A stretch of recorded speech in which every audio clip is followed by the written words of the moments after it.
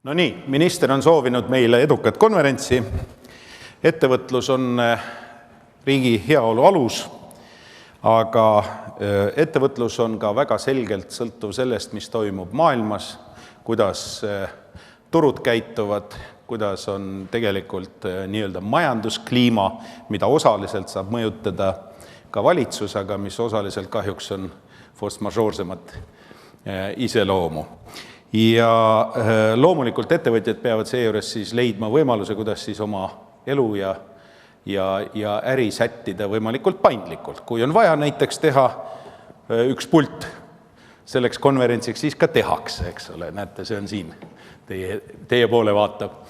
Ja kui on midagi muud vaja, siis tehakse midagi muud. Kuid mis maailmas toimub, mille ümber praegu tants käib, kuidas see raamistik on meie nii-öelda juhtivatel turgudel, sellest kohe räägib meile inimene, kes esindab institutsiooni, mis on ju tegelikult väga suur mõjutaja meie majanduse ja meie ettevõtluse jaoks. Nimelt Swedbank on suurim pank Eestis. Pangad on traditsiooniliselt need, kes analüüsivad makrokeskkonda võib-olla kõige pidevamalt, järjepidevamalt ja kõige haaravamalt koos mõningate teiste institutsioonidega. Ja see on ka nende äri teistpidi. Ja sellest, kuidas nemad suhtuvad sellesse, mis toimub, kuidas nemad hindavad seda, mis toimub. Sellest sõltub jällegi omakorda, kas ettevõtjatel on võimalik saada laenu näiteks selleks, et oma äriga edasi minna. Sellepärast täna ongi palutud esimesena meil esinema üldpilti nii-öelda maalima makromajanduslikest arengudest nii siin kui ümbruskonnas maailmas tervikuna Swedbanka Eesti krediidiportfelli analüütikut Urmas Simsonit, kes meile siis annab sellest ülevaate. Urmas, palun.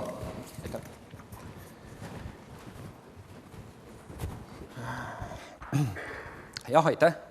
Ma kõigepealt alustan võib-olla sellest, et ma olen siis täna natukene mugavustsoonis selles mõttes väljas, et kui ma tavaliselt räägin Eesti majandusest, mida ma väga hästi tunnen, sest ettevõtete ja eraisikute laenuportfell on igapäevatööks, siis esinenud ja rääkinud, et mis nüüd lähiturgudest arvata, see on nagu suhteliselt harv juhus.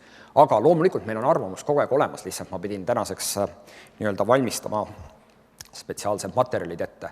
Mul oli õnneks küll 2 aasta tagune presentatsioon suhteliselt detailsetest Soome numbritest, mida sai nüüd siis update'itud. Kui ma vaatan Eesti ekspordi pilti, siis tegelikult mis silma paistab on see, et Soome, Rootsi, Venemaa annavad kokku 40% Eesti kaupade ekspordist. Kui sinna Läti ja Leedu juurde panna, siis me jõuame kuskil 53%-ni. Ma olen mööblitöösturitele esinenud ühe korra kevadel ja ausalt öelda mul on jäänud selline mulje, et meil on 2 tüüpi mööblitööstureid eelkõige ekspordi mõttes.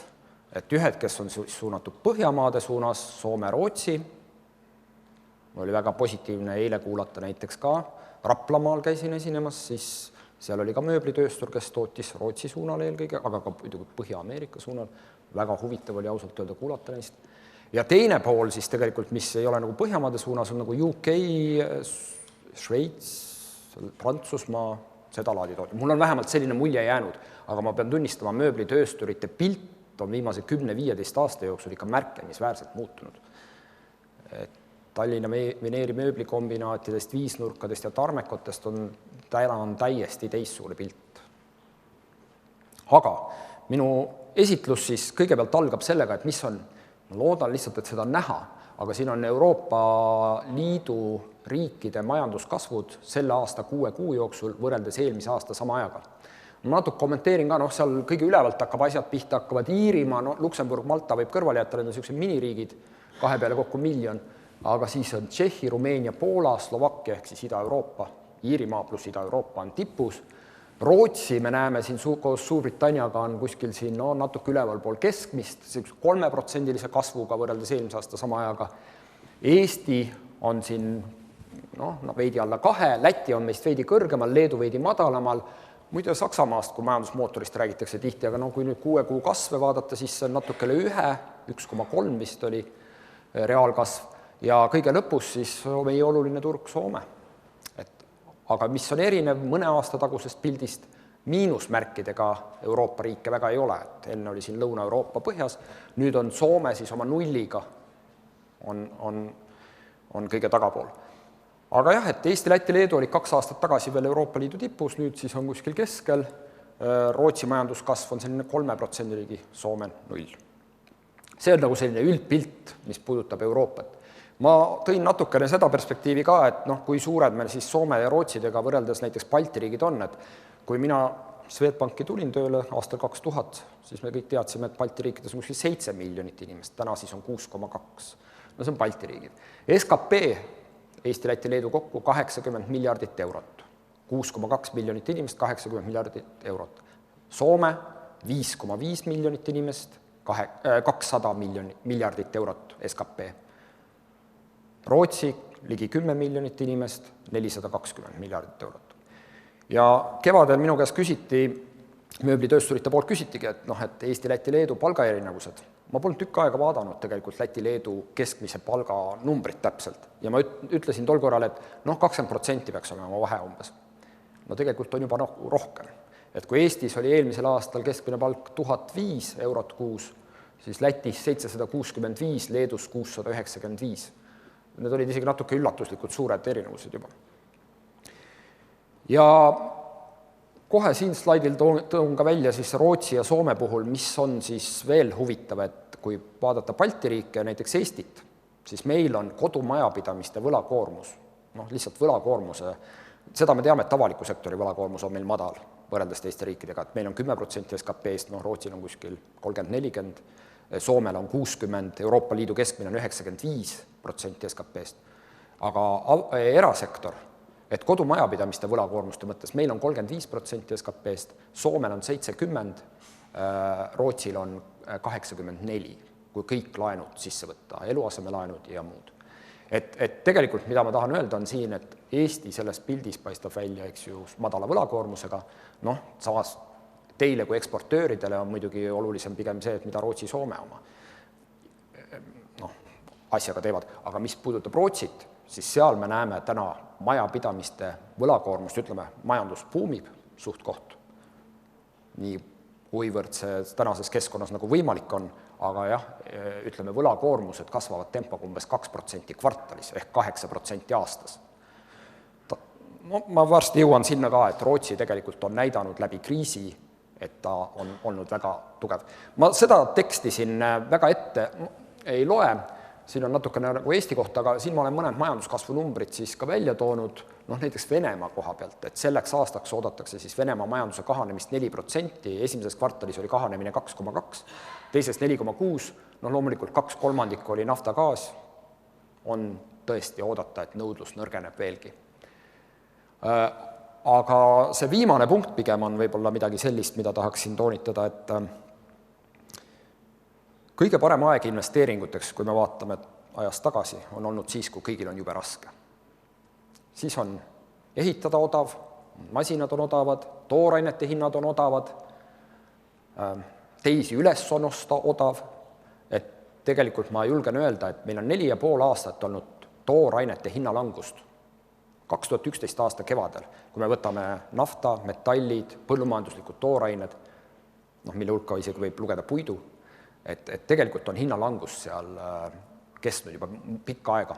Ja täna, kui me vaatame kaevandajaid, pankrotistumised on nendes sektorites nagu väga suured ja mida ma julgen lihtsalt nagu sellise keskkonna muutumisena arvata. Ma olen esinenud, ütleme, kokku 6 aastat.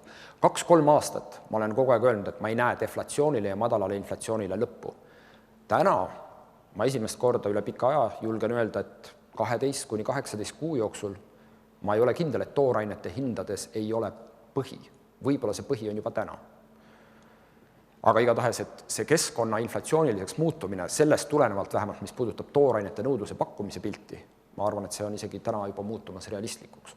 Meil on 2 aastat, kui me vaatame kas Eesti tarbija hinnaindeksid, nulli lähedast inflatsiooni. Tootjatel on, ma toorainete müüjatest ei räägigi, kus rauamaak, 4 aastat tagasi maksis 170 ja täna maksab $55 tonn. Aga ka tootjatel, kes on selles ahelas, siis tootja hinnad on ju olnud languses mõnda aega. Ma arvan, et see pilt võib muutuda. Need, kes jäävad 2 aasta jooksul ellu, nende jaoks 5 aasta pärast võib olla väga palju parem majanduskeskkond, neil on väga palju tugevam turujõud. Et seda ma soovitan, kui on rasked hetked, soovitan mõelda, et konkurentidel on ka rasked hetked, kes on paremini positsioneeritud selle raske perioodi jaoks, need jäävad ellu. Nii, siin on siis mul välja toodud, valdavalt on siin 2003 aasta on siis indeksid 100 ja et kuidas on läbi viimase 12 aasta majanduskasvud erinevates riikides olnud. Siin on Eesti, Läti, Leedu, Soome, Rootsi. Balti riigid on läbi 12 aasta siiski kasvanud kiiremini kui Rootsi, Soome, kuigi see tagasilöök aastal 2009-10 oli vägagi märkimisväärne. Kui vaadata 2007. aastal tehtud on 100 siin indeksiks, siis juba Rootsi paistab ilusasti oma tumeda halliga välja siit, et kui palju paremini nad sellest kriisist läbi tulid. Ja kui me vaatame Euroopa pilti, Prantsusmaa, Hispaania, Saksamaa, Soome, Rootsi, siis siin paistab ka, et Rootsi nende põhiliste Euroopa Liidu tuumikriikidega võrreldes on tegelikult majanduskasvus olnud edukam. Ehk siis meile, kui Rootsi on oluline eksportturg, et see on täna tegelikult keskkond, kus kasv on olnud kõrge suhteliselt. Ma käisin ka Stockholmis hiljuti kevadel. Ütleme niimoodi, ma arvan, et ma olin Tallinna mõttes selline männikulaadses piirkonnas ja kus ehitati, et see ehitusaktiivsus on seal kõrge. Raske öelda, kui kaua see kestab, aga Rootsi majandusel on läbi pikema perioodi ka kogu aeg olnud üks asi, võrreldes Soomega näiteks. Neil on olnud jooksekonto ülejääk suurusjärgus 4-5% SKP-st. See tähendab, et nad võib-olla tekitavad isegi oma kohalikul turul väikest laadi kinnisvaramulli võlakoormuste kasvuga, aga nad ei ela nagu välismaailma suhtes võlgu. See on nagu päris palju turvalisust pakkuv selline teadmine. Ja siin on siis näidatud mul Eesti võrreldes Hispaania, Kreeka, Itaalia, Portugaliga. Et Kreeka on loomulikult see kollane joon, mis on 10% siis langust läbi 12 aasta.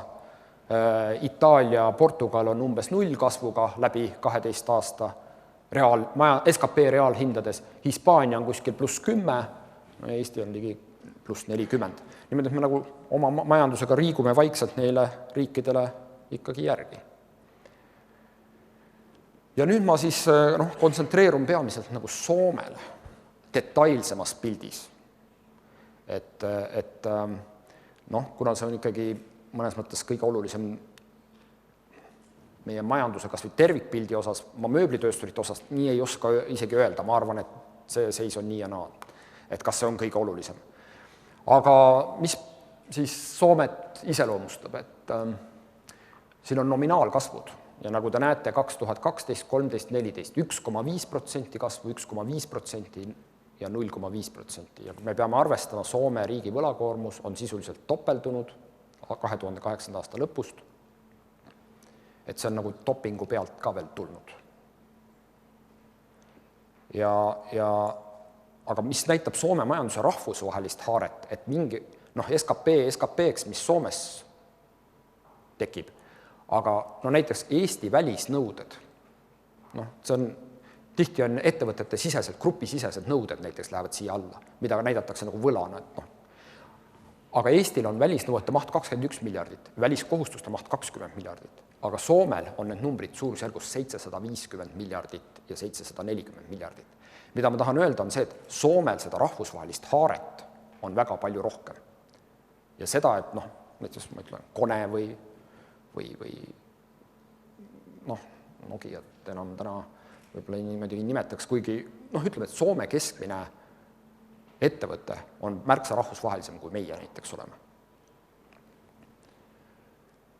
Siin on siis seesama riigi võlakoormus, ma ei saa sellest nagu mööda minna, et see on üks olulisemaid asju, mis näiteks Euroopa riike ka tervikuna, aga nagu Soome puhul eriti, et on oluline, et kuidas nad sellesse suhtuvad.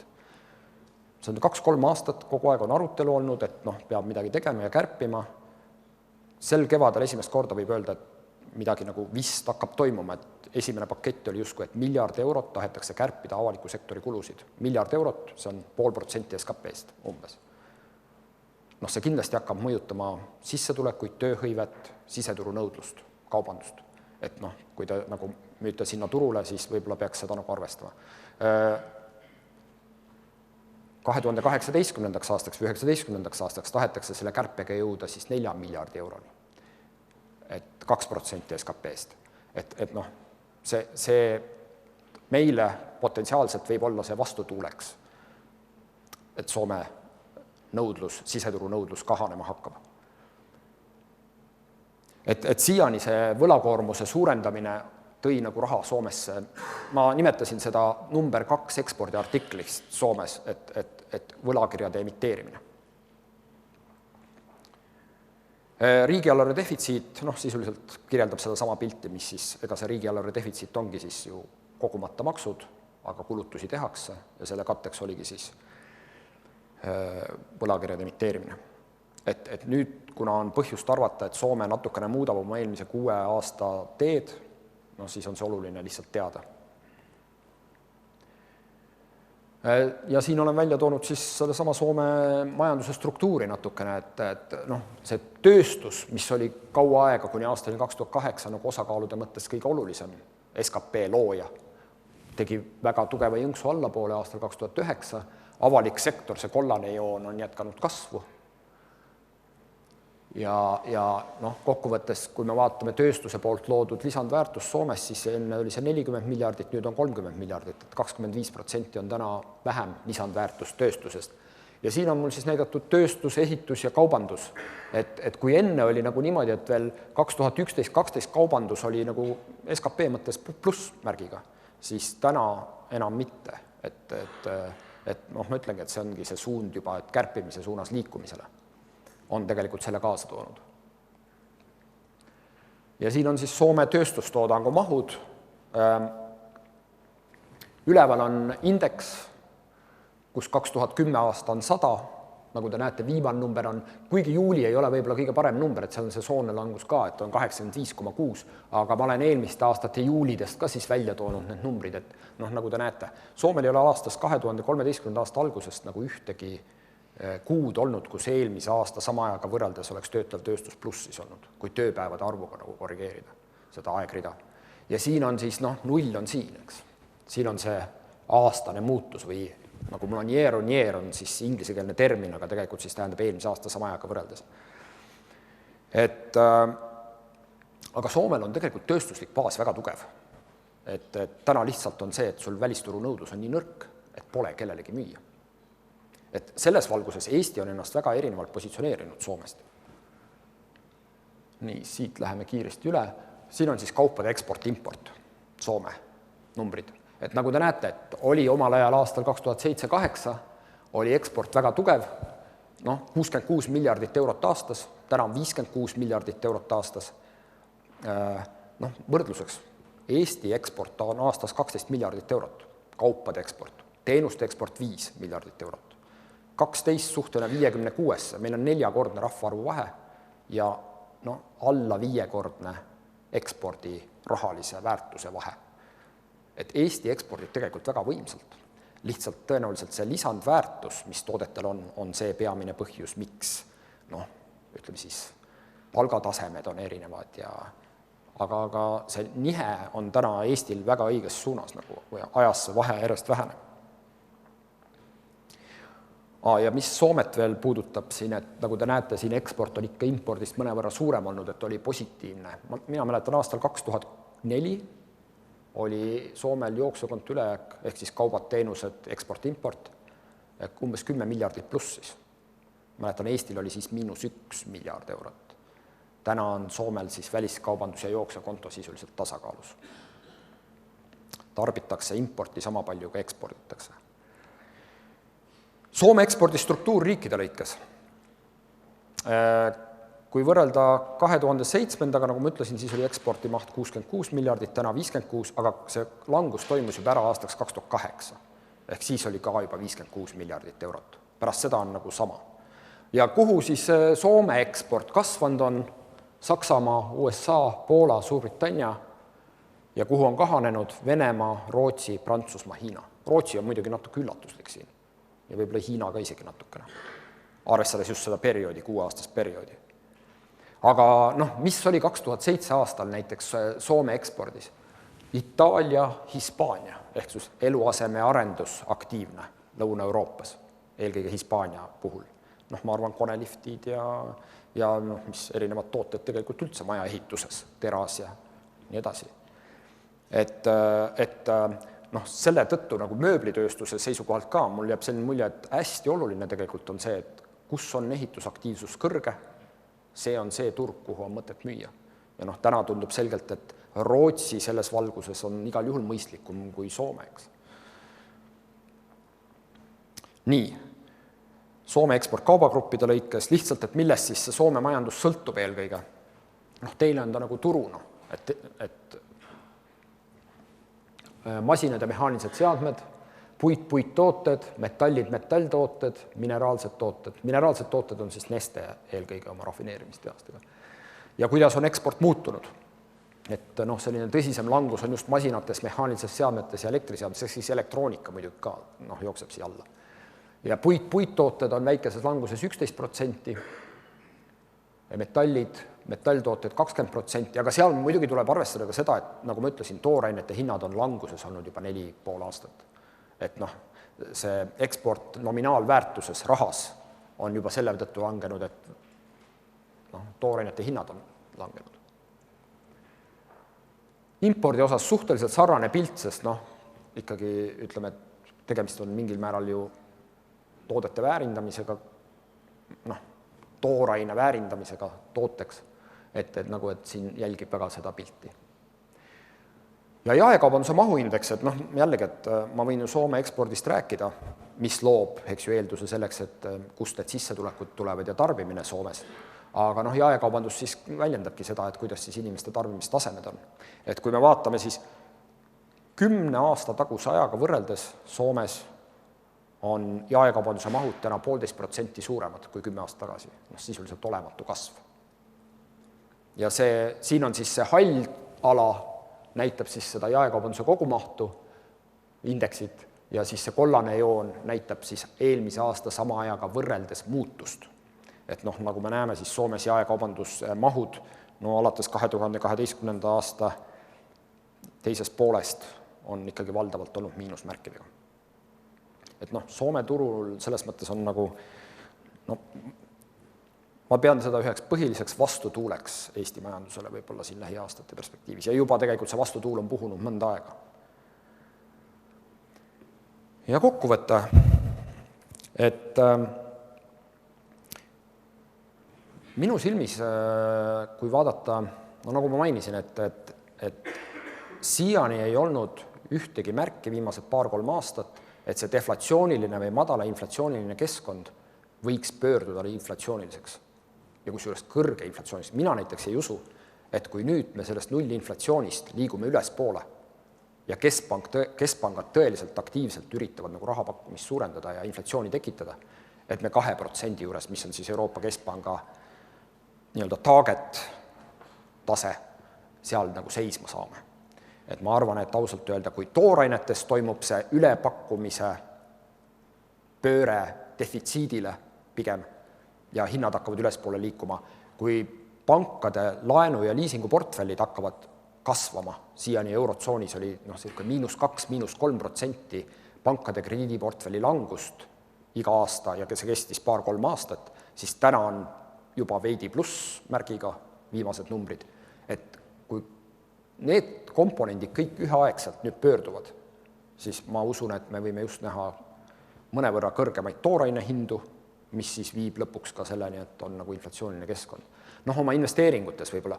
Inflatsiooniline keskkond tegelikult tähendab seda, et tegelikult ju laenu võtmine on olnud mõistlikum. Deflatsiooniline, nullinflatsiooniline keskkond tähendab seda, et ma olen teinud investeeringud, majandus on nõrk, hinnad ka ei toeta laenu tagasimaksmise lihtsamat võimet, et kokkuvõttes ma arvan, et see oleks oluline pööre nagu keskkonnas, kui see inflatsiooniline keskkonnani viib. Ja nagu ma ütlesin, et Soome madal majanduskasv on lähiaastate kõige suurem vastutuul Eesti majandusele. Venemaa majandus on täna languses 4%. Samas, kui toorainetes peaks see pööre toimuma, siis muidugi see võib osutuda tagasihoidlik või noh, kui see on lühiajaline periood, siis võib-olla see on ainult nagu ajutine tagasilöök. Ja Rootsi käib makromajanduslikult täiesti oma rada, et tegelikult seal on tugev majanduskasv, suurusjärgus 3% eelmise aasta sama ajaga võrreldes, jooksevkonto on ülejäägis, majapidamised võtavad hoogsalt võlakoormust juurde. Et noh, kui niimoodi nagu võrrelda, siis see keskkond, et kuhu müüa, see vist on enam-vähem nagu selge. Noh, Lääne-Euroopa terviku seisukohalt võib öelda, et seal on kindlasti, vahepeal on need erinevate riikide vahelised pinged või ütleme siis, Euroopa on nii erinevas seisus oma majandusega, vaadates Lõuna-Euroopat, Kesk-Euroopat, Põhja-Euroopat, et ma arvan, et Euroopa majanduskasvu peamised riskid ei ole üldse nagu mingisugused majanduslikud, vaid pigem see, et kuidas see üldse kõik nagu koos püsib ja kuidas omavahel suhted püsivad. Ja minu poolt vist kõik. Aitäh! Mul on paar küsimust, meil on veel hetk aega. See, et selles ettekandes oli hästi palju Soomest juttu, on väga loomulik, sellepärast, et tegelikult Soome on mööblitootjatele ikkagi kõige suurem eksporditurg. Ja sellega seoses siis üks küsimus, niimoodi, kui väga lihtsustada püüda või ütleme optimistliku või keskmise stsenaariumiga välja tulla, kui kaua Soomes see segadus kestab, kas seda on 2019, selleks ajaks saavad asjad Ornungisse, enam-vähem saavad rea peal, hakkavad uuesti kasvama või kestab ta kauem? Sest see Soome tarbimine juba praegu on näha, et hakkab tagasi, tarbimise kukkumine hakkab tagasi lööke andma igas sektoris, kaasa arvatud kindlasti ka mööblis. Mul on toas üks kihlvedu. Kui me kihle vedasime, siis oli meil baasiks 2013. aasta Soome ja Eesti SKP numbrid. Ja siis oli Soome ja Eesti SKP-de vahe 10,5 korda. Me vedasime kihlet aastaks 2018. Mina arvasin, et see vahe on vähem kui 8,5 korda. Ehk siis ma olin just skeptiline Soome suhtes ja positiivsem Eesti suhtes. See teine inimene oli just ütles, et soomlased on alati hakkama saanud ja küll nad välja mõtlevad, mida nagu teha. Ja mina tahaks öelda seda, et Soomel see võlakoormus 60% SKP-st, see ju Euroopa võrdluses ei ole kõrge number tegelikult. Lihtsalt see defitsiit, kui see saada nagu mõistlikumale tasemele, sellest juba võib-olla piisaks. Aga minu usk siiani, kuni kevadeni, oli see, et Soome ei hakkagi kärpima. Et sa võid ju arutada, et see on mure ja suur, aga et tavaliselt selleni ei jõutagi enne, kui peab kärpima. Lihtsalt ei ole muud võimalust. Et kui nad suudaks tõesti selle kärpe läbi teha, siis ma arvan, et sellest võib-olla 2-3 aastast isegi piisab. Et vähendada seda võlakoormuse kasvu kiirust. See on võib-olla piisav, sest kui ma ütlen, et inflatsioon tekib, siis laias lastus mõnes mõttes oligi mõtet võlgu võtta. Ma olen aeg-ajalt toonud ka selle hüpoteesi, et ei tea, kumb tees üldse õige on, Eesti või Soome. Äkki Soome kasutab seda, et raha väärtus mingil hetkel tulevikus odavnema hakkab. Ta võttiski seal kõige valusamal hetkel hoopis laenu. Me ei tea, kumb stsenaarium üldse nii-öelda õige on, sest kui inflatsioon tekib, siis tegelikult see devalveerib ju olemasolevat võlga. Iseasi, millest seda sellesse laenuraha pani ja ta tegelikult ikka suuresti sõi seda raha, see on see probleem. Jaa, aga see efekt või see negatiivne efekt võib olla väiksem, sest aga kui deflatsioon püsib nüüd pikemat aega, siis on muidugi, oleme näinud erinevate riikide kukkumist võlakriisi, kus SKP-sse suhe on võlal 40%, aga defitsiit on suur ja sul homne päev võlausaldaja küsib nagu hästi kõrget intressi ja see on täiesti mõte, ei ole mõistlik nii-öelda võlgu elamist jätkata. Et see risk on nagu, et kui see defitsiit on liiga suur. Aga kui on defitsiit, ma arvan, tänases maailmas, mina usun, et meil tekib 50 aasta horisondis hiljemalt kõrgem inflatsioon, kui me arvame. Mis tähendab ühtlasi ka intresside kasvu lihtsalt? Jaa, absoluutselt. Ja märkimisväärselt intresside kasvu. Absoluutselt. Korraks Rootsi juurde tagasi, nii optimistlik pilt, nagu praegu Rootsi on, kas see on ka jätkusuutlik, kas selle läheb samasuguses tempos 2% aastas, majapidamised kasutavad laenukoormust? 2% kvartalis. Kvartalis, vabandust, ja 8% aastas, see on ikka väga märkimisväärne ja seda veel deflatsioonilises keskkonnas, nagu ta praegu on. Aga kui kaua see kestab? Kaua see Rootsi nii-öelda ilus aeg kestab? 2013 aasta teisel poolel ma mõtlesin täpselt sama nagu Eesti puhul ka, et kui kaua palgaralli on tugevam kui SKP kasv ja niimoodi, 2 aastat on möödas. ja midagi nagu ei ole muutunud. Et ma arvan, et Rootsi puhul ma ütlen, et minu arust on see põhiline puhver on ikkagi selles, et nad ei ela välismaailma suhtes võlgu, ei igapäevases tarbimises, et see on tegelikult väga tugev puhver. Küll aga see võib tähendada võib-olla seda, et varade hinnad ei ole enam sellised. Aga kas see majandusaktiivsuse langust väga oluliselt tähendab, selles ei olegi nii väga kindel. Sest see Rootsi ekspordi pilt on nii palju võimsam ja mitmekesisem, et tegelikult raske on nagu näha väga suurt tagasilööki. Aga varade hindades see, et keegi on teinud nagu nii-öelda laenuvõtmise ja vara ostmise mõttes nagu halva otsuse, ma arvan, seda võib küll tekkida, jah. Aga kas ei ole nii, et Rootsi mingil määral nii-öelda on sarnane Saksamaaga, kellel on päris suur märkimisväärne eksport, eks ole, totaalselt suur, ja see on nendesse maadesse, kus täna hakkavad tagasilöögid alles tulema, ehk siis arenevad turud ja arenevad riigid, eks ole, ja kapitalikaubad, mida Saksamaa ekspordib ja Rootsi on üks osa sellest ekspordiahelast ja nii edasi, kas sealt ei hakka tulema? Vaat seal on, et üks investeerimispank eile või üleeile enam-vähem pöördus just täiesti vastupidiselt turu üldisele arvamusele ja ütles, et arenevatele turgudele tasub investeerida ja tooraineid tasub osta. Et ma ei tea, ma usun ausalt öelda, et see põhi on järgmise 12–18 kuu jooksul, võib-olla täna. Et selles mõttes, et ma ei usu nagu sellesse, et tekib mingi tegelikult suur majanduslangus tänaselt tasemelt. Meil on 3 aastat 0 majanduskasvu Euroopas sisuliselt olnud. Ma arvan, et ma olen märkimisväärselt positiivsemaks muutunud viimaste arengute mõttes, et äkki meil ongi see põhi nüüd nagu saabunud. Ja viimast küsimust ma ei saa ikkagi üle täpsustamast oma nii-öelda armastust arvestades Venemaa. Venemaa on väga sõltuv tooraine hindades, sellest oli juttu. Venemaal täna eelarve planeerimisel nad kasutavad 3-aastaseid tsükleid edasi, kuigi enam mitte nii-öelda juriidiliselt siduvatena ja seal on nad võtnud praegu suuna, et põhiliste toorainete, mis neil olulised on, see kasv toimub 3 aasta jooksul, kuid see toimub suhteliselt väikeste sammudega. Ehk siis ta ei kasva kindlasti nii, nagu mõni aeg tagasi loodeti, nagu Putingi rääkis ja nii edasi, see kasvab seal ala nagu naftas keskmine hind aastas 50, järgmine aasta 55, ülejärgmine aasta ja siis 60 keskmisena, mis tähendab seda, et see mõjutab ju kogu Venemaa nõudlust, eks ole, igal juhul. Jah, Venemaaga on ju alati niimoodi, et ega sinna kontsentreeruda ei tasu. Ajalugu on näidanud. Aga, kuidas ma ütlen, ma tooks välja ühe numbri võib-olla, et kui me vaatame Venemaa suunalist eksporti, mis oli 2014. aastal 10% meie kogu ekspordist, siis erinevate uuringute põhjal ja tegelikult, mida meie nagu pangas ka näeme, seda mahtu, mis toodetakse siin ja eksporditakse Venemaale, see on 25% kogu Venemaale näidatavast ekspordist. Ülejäänu on praktiliselt kõik reeksport, ehk siis siit läbi minev kaup Venemaale, mida tegelikult siin ei toodeta. Et see tegelikult see sõltuvus Venemaast, mida see 10% justkui indikeeris ekspordi mõttes, ei olnud 10, vaid pigem 2-3.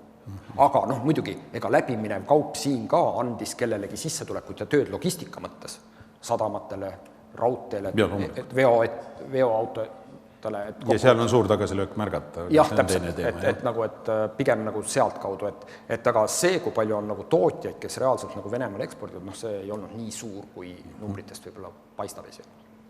Suur tänu, Urmas, ja me oleme nüüd siis saanud sellise lähima perspektiivi hinnangu, tänase olukorra ja lähima perspektiivi hinnangu kätte ja eks siis igaüks peab oma otsuseid sellest lähtuvalt tegema. Ühele küll tõmbaks praegu veel kord tähelepanu, mida Urmas ütles, et ega suured varandused tehakse ikka siis, kui veri on tänavatel, on öeldud klassika, eks ole. Täna ei ole verd. Verd ei ole, nii et igal juhul suurt varandust ei õnnestu teha, aga väikese võib-olla õnnestub, kui jätkub julgust ja ettevõtlikkust ja oskusi. Nii et jõudu tööle ja veel kord aitäh, Urmas. Jah, aitäh.